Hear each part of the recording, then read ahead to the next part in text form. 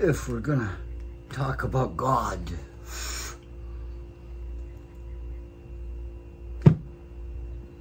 we're needing to look good.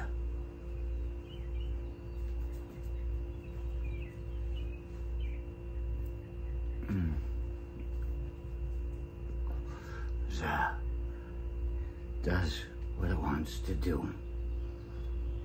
People come up and they say to me almost on a daily basis, like they need to check in.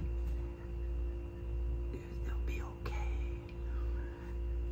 How you doing today? And I look at them, I say, ha! I say, how's my hair? My hair tells you how I'm doing today. I don't have to think about it. It doesn't have to think about me. It just reacts and says, ah, phew. How you doing today? I don't know. It'd be interesting to see if it had anything to do with how you were doing yesterday. At least there's some sort of connection being made. You could even lead to synchronicity through that. Wow, that just happened yesterday. Isn't it amazing? I had 2 good days in a row. And at the end of it, people were so upset that I looked like I was having a good day. They came and started shit. It's like, wait, why? Don't piss me off when I'm in a good mood, you know? If I'm already pissed off, it's not gonna bother me so much because it's just relative. Piss me off when I'm in a good mood. There's not even a threat there. I just tell you what I think, and some people can't really take that so well. You get written up.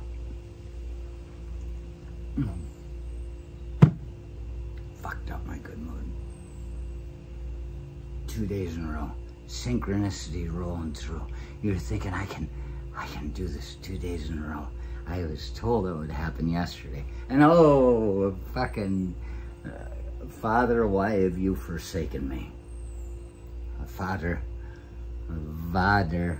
I think Vader, V-A-D-E-R, I think that's German for father, if I'm right. So what is an invader, an infather? That's the snake in the woodpile. We're not worried about people taking our fucking boundaries so much about our crops and shit. We just don't want to be raising somebody else's kids when some guy's sneaking across the fucking tree line and fucking your wife. An invader. Invaders. Huh. There's so much you can make up if you just pay attention to other people's languages. There's so much you can make up that will make you feel better about not understanding what the fuck's going on. These people are out of their fucking minds. So I'm watching this thing on synchronicity and numbers and this guy, and he's talking about Jung, and I like Jung. Haven't studied him as much as I should. Why would you? You'd have to be a fucking fanatic to do something like that. But he's saying, yeah, Jung. He says, say you have a dream about somebody the night before, and then the next day you fucking meet him. He has bigger stories than this, he does. But the dream thing, when he brought that up, I was like, yeah, okay. I started honing things in my time in San Jose for a while when I was totally alone and on the road for hours on end. Nobody's looking. And I had started honing things. I have it written down in one of these things. I had a dream about a guy that was coming on the shoe truck to buy the Harley Davidson steel-toed boots. And when I looked at him, I knew the answer. I knew the whole conversation we were going to have, but I said, I'm going to play it through. And do you have a Harley? Do you ride? He said, no, but I really like to, and I like the boots. It was word for word, everything, this fucking guy. And I'm sitting there and I said, this is a weird experience. You see, I knew the words to use. I knew my script. And that's the idea, a little bit of synchronicity. We're all on a line of time. You start thinking about it too much, it'll bend your mind. I had to go through that fucking lot. Still, I would never be able to explain it, I believe, unless I was sitting around drinking, there was nobody around and nobody interrupt me, and it's just like being on the radio.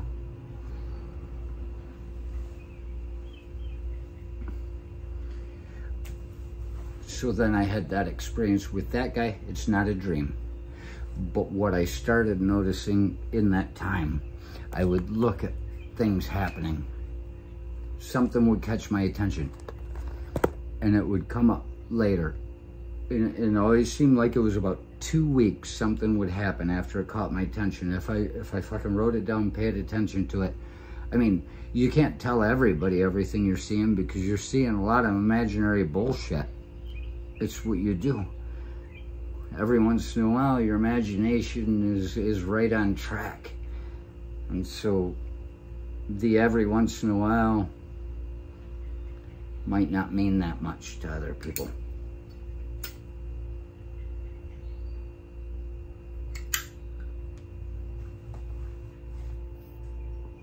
But I started noticing things, and I decided to hone them.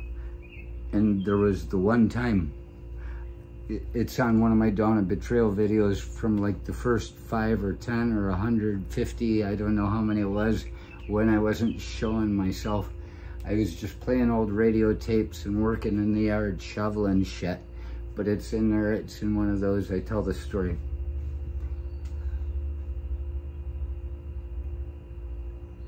I saw a guy bent over by his bicycle, tying his shoe. And immediately I looked and I said, Danny? From over there. And I looked at him and immediately I knew it wasn't him. I saw Danny, but it wasn't him.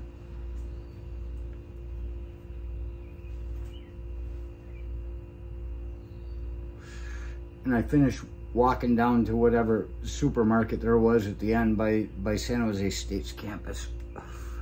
There's one on an old dirt road where they tore everything down, called it blight, and made the city council's house on it or something, I don't know. Got rid of the bar. They think they're getting rid of blight when they get rid of a bar where all the criminals go. But they're not.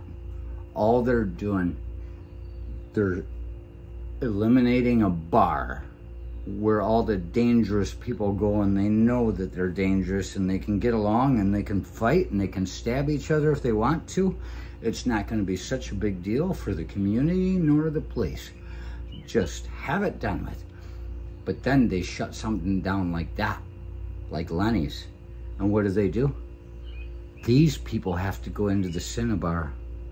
The Sin Bar, as his uncle called it. They have to go into the Caravan. They have to go into all these half-assed dive bars where the college kids feel comfortable going in and saying, we went to a dive bar last night. Well, they would never walk into fucking Lenny's. First story I ever heard from a woman that just decided to start talking to me was about how she shot her first husband in the nuts with a shotgun. That's why she spent time in prison. It came out of nowhere. These are the people in your neighborhood. And they're sending them out into your fucking kids' dive bar. That's what happens when you shut down a place like that. Go from the Fireside to Timothy's.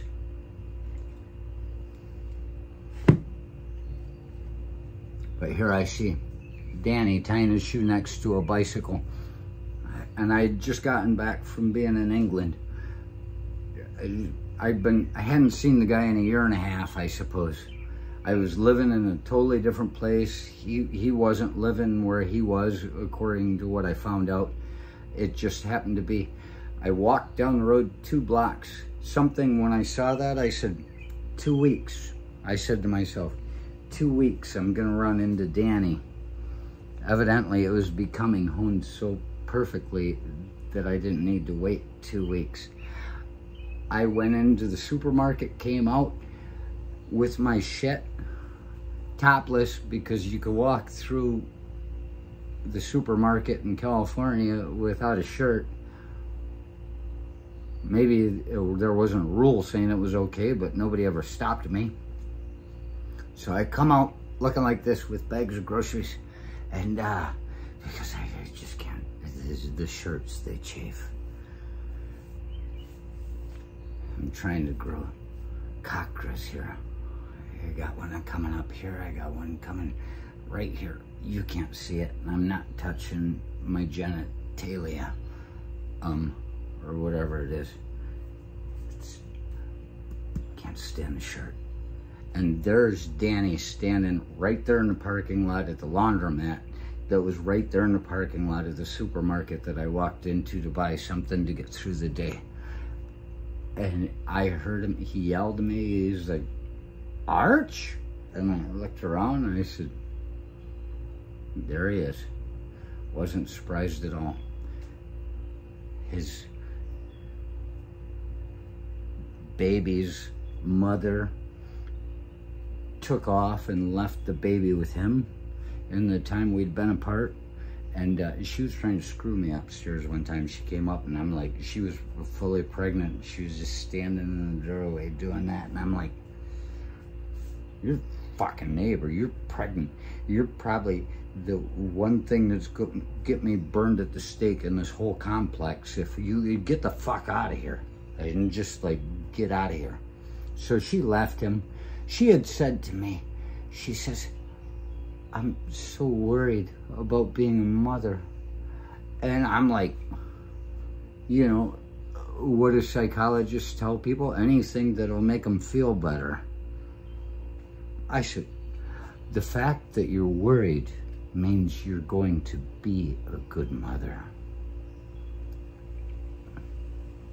And she believed me and walked off. Just like everybody that believes me out in the open fucking changes their mind when they have a little bit of time to think about it.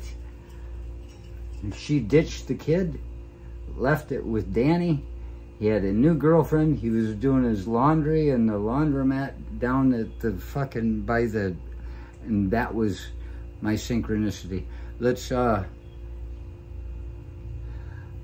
not forget, sometimes if we pay attention to this stuff, and my mother once told me, who had an aunt that was a medium, she told me, she said, you see things because you have an open mind. I'm not willing to shut down something just because it doesn't agree with what I've already been told.